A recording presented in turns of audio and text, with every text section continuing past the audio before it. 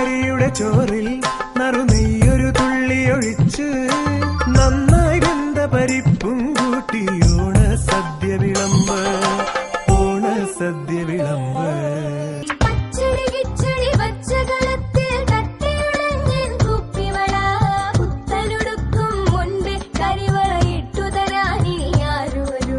വാഴ കയ്യിലിരുന്ന് പൊന്നൂഞ്ഞാലാടും കിളിയേ, പൂവൻ കുലയുടെ മൂപ്പു തികഞ്ഞു